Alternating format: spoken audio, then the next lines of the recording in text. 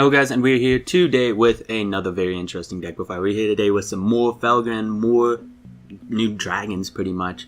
This time we're playing Lightsworns. Actually, Lightsworns came in the structure deck for this deck if you actually bought it. And so I decided to try it out with them, and it's actually surprisingly good. Because if you do a lot of milling, it's just amazing. So let's just go right in. One Judgment Dragon. It's level 8. That's what makes it so interesting and so great for this deck. Like, we're not running it to blow up the field, although being able to blow up the field multiple times is just a bonus. Honestly, it's just, okay, I can just plop down a level 8 dragon, and that's just really good. We're only playing one because he can clog. Drawing into him and you don't have the Lightsworns engraved can be awful. 2 Felgran, because honestly, you only really need 2.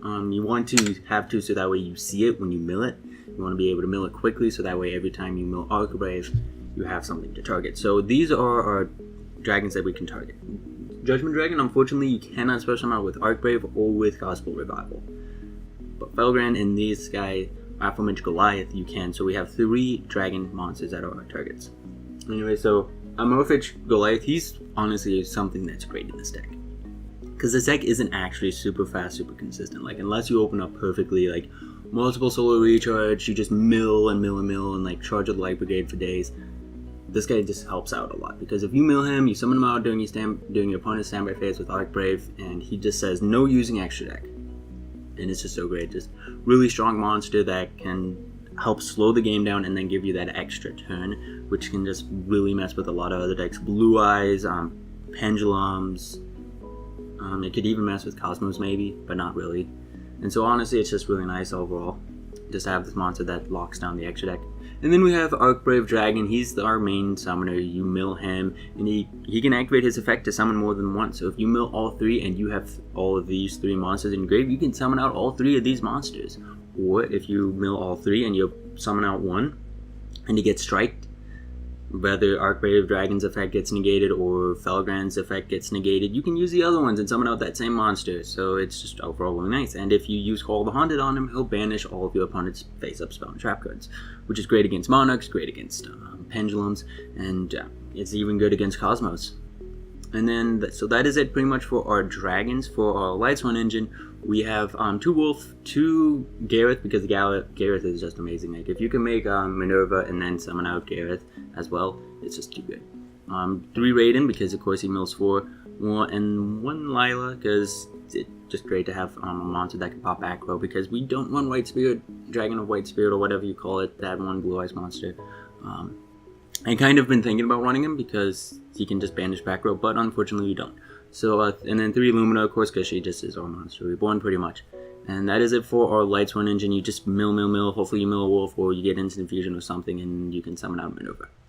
And then Paladin and Felgran, only running 2, but he is very strong. When he's summoned, you can equip a level 8 or level 7 dragon type monster. That includes any of these, although the only ones you want to equip are Felgran or Archbrave. If you equip this guy, he'll go to the extra deck if he leaves the field. And then you can summon him out, and you can summon out JD with these guys' effects, so all you do would be deck thinning. You want to get it back and you just lost your JD. But you can also tribute him and some other monster, and then summon out a level 7 or level 8 dragon type monster. And so that is it for the Paladin. And then also we have the Summoner Monk and the Level Leader. Those are some extra tech monsters. The Level Leader is here to help us make rank 7s and maybe even do some tricky synchro plays. If you don't want it, you can toss it out, but it actually helps, because if you have like the Felgrand out and you need to make a tribute summon or something, actually pretty decent.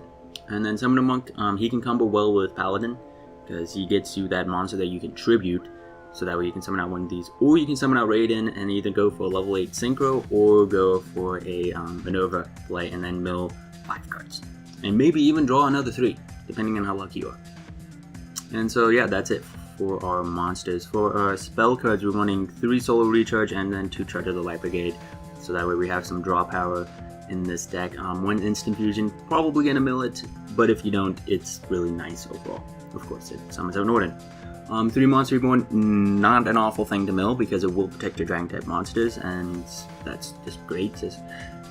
It's a good mill. Overall, it's a good mill if you mill other good cards. If you mill this card and you mill an Archbrave and you don't have a Dragon mill, then that kind of sucks. But I mean, if you do mill it and then late game, or you get another mill, and you mill these guys, then yeah, it's really nice.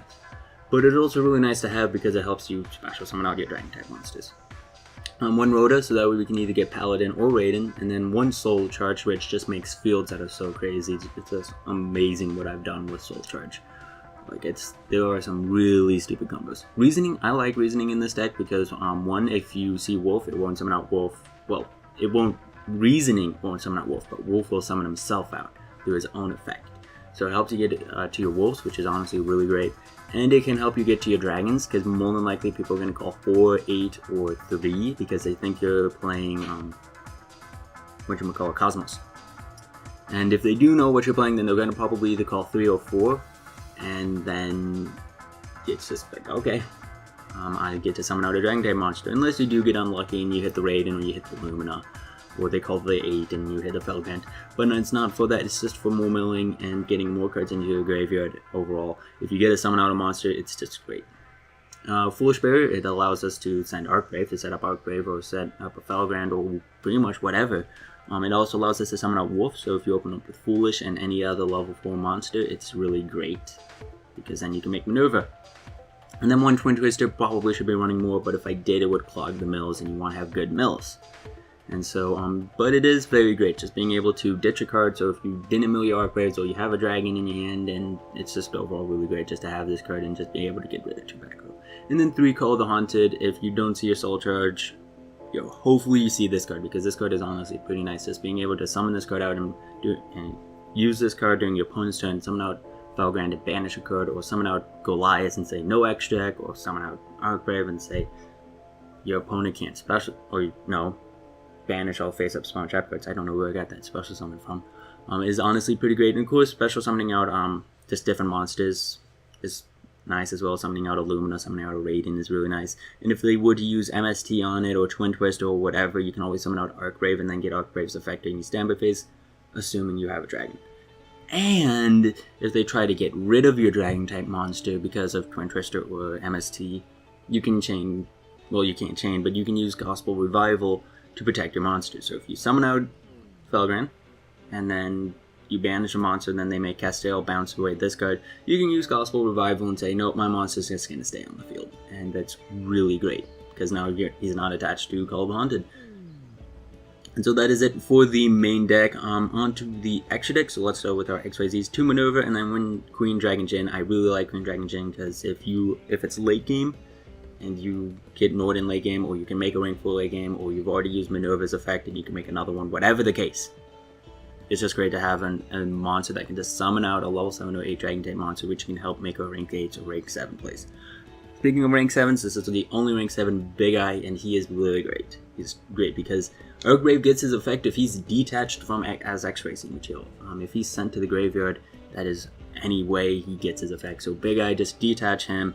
And I've actually done this combo multiple times, and you see it in the duels. I make 2 level 7s, so like Clearwing and Michael, or I use Archgrave or whatever, and I make Big Eye, and I take an opponent's monster, and then I use Paladin of Felgrand to get rid of this guy, and then I summon out Michael again, or Clearwing, and then I get a Banisher card, and then hopefully I have Archgrave, maybe Archgrave was attached or whatever, and then I get to summon out the other Clearwing. It's just a great combo. For rank 8s, number 38, is definitely very good, just being able to negate spells. And of course we have the Galaxy monsters, just being able to send Dragon type monsters to our graveyard, and being able to attack twice during our battle phase, and pop a monster is really nice. For our synchros, we're running 3 level 7 synchros. I'm clearing and then 2 Michaels. It's great because Michael helps mills and he banishes cards. And do note that these 5 monsters right here can be summoned out with Archgrave and with Gospel Revival, and can be protected with Gospel Revival, which is really insanely great. That these are more monsters that can be summoned out with Archgrave. So it's not just 3 monsters that are the targets. We actually have 8. We have 8 targets for Archgrave and for Gospel Revival. And it isn't that difficult to make. I mean, if you can open up with Lumina and get the Raiden, you made a Michael. That's it. Or maybe you made a Clearwing. And it's just really great to summon this stuff out. Like if you can get a Goliath out and have a Clearwing out, it's just such a good field. Because then your opponent can use their extra deck, and you can negate any level 5 or higher monster effect or anything that targets these 2 guys. Or any monster effect that targets. So that's very strong. And then of course we have 2 Michaels to help banish cards just for 1,000 life. Nothing too big. Stardust Dragon is a great monster just to summon out And so is Scarlight, just being able to blow up the field.